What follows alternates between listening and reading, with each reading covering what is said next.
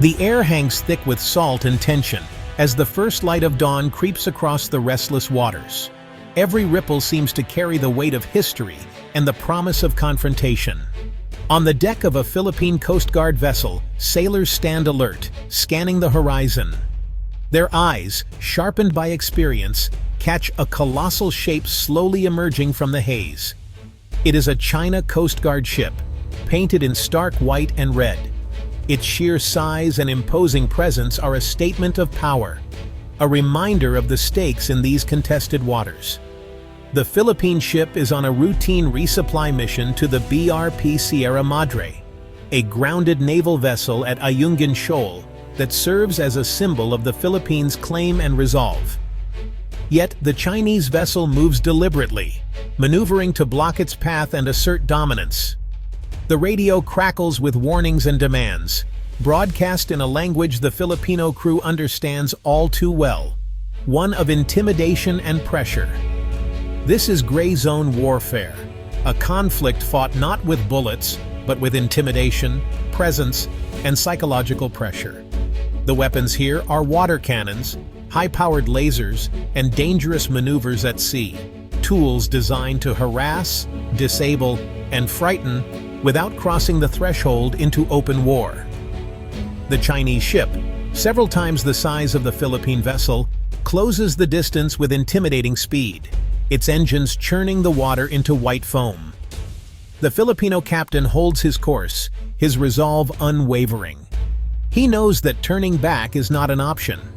His mission is to deliver food, water, and supplies to his countrymen stationed on the lonely outpost, ensuring their survival and their continued presence. The world is watching, even if the audience is thousands of miles away. Newsrooms buzz with updates, and every move is scrutinized by allies and rivals alike. Suddenly, the Chinese vessel unleashes a powerful jet of water, shattering windows and injuring the crew. The force is overwhelming, a show of strength meant to intimidate and deter. This act is aggressive, a clear use of force, but it is calibrated to fall just short of an act of war, carefully measured to provoke but not to escalate beyond control. The Filipino crew, though shaken and battered, documents everything. Every incident is captured for the world to see. Their cameras are their weapons, their footage a shield against silence and denial. This tense scene is not an isolated incident. It is part of a long, ongoing struggle in these waters, a pattern of confrontation and resistance. Each resupply mission is a test of will, a demonstration of courage against overwhelming odds. The sailors know the risks, but they press on, driven by duty and patriotism. They are defending their nation's dignity, its sovereignty, and its very future. Their unity and determination are a beacon of hope. The standoff ends, with the Philippine mission often succeeding through sheer persistence and bravery. But the struggle continues as the waves carry the echoes of defiance and hope. The West Philippine Sea is not just a body of water. It is a vital source of life, livelihood, and a cornerstone of national identity for the Philippines. For countless generations, Filipino fishermen have sailed these waters, casting their nets in some of the world's most biodiverse marine ecosystems, teeming with life. These rich waters provide a significant portion of the fish that feeds the nation's population, sustaining both urban and rural communities. When access to these crucial fishing grounds is denied, families face hunger and economic hardship, impacting their daily lives. Beyond its fisheries, the seabed of the West Philippine Sea holds vast reserves of oil and natural gas, waiting to be tapped. For the Philippines, these resources represent a potential path to energy independence and long-term economic security, reducing reliance on foreign energy. The strategic value of the West Philippine Sea is immense, with its location being crucial for national defense and regional stability. It is part of the South China Sea, a major maritime corridor through which an estimated 1/3 of global maritime trade passes annually, making it vital for international commerce. Control of these waters means control over vital sea lines of communication, which are essential for global trade and security. Finally, the West Philippine Sea is a matter of national pride and sovereignty, symbolizing the country's territorial integrity.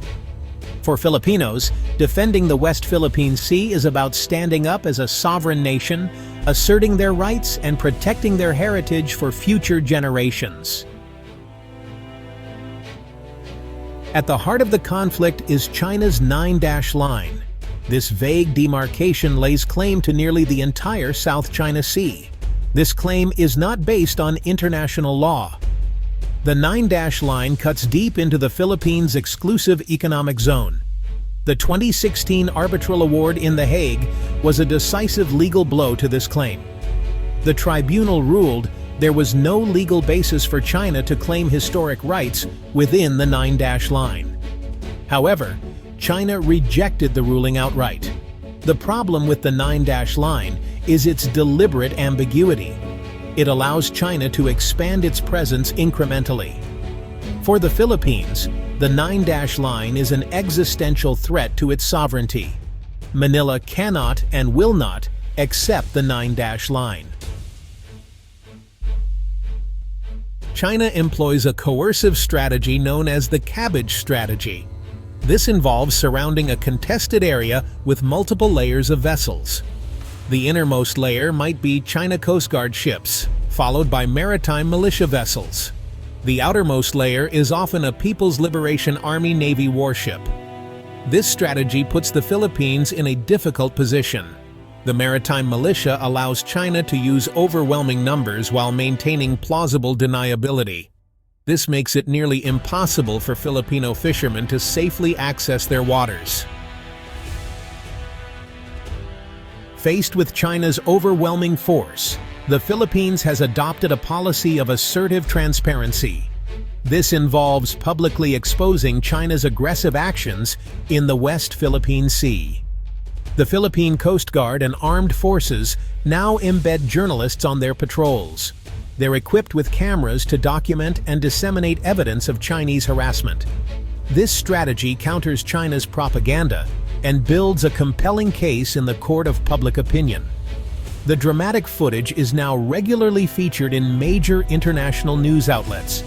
This has significantly raised international awareness and generated sympathy for the Philippines. The transparency campaign has made it harder for Beijing to deny its coercive behavior.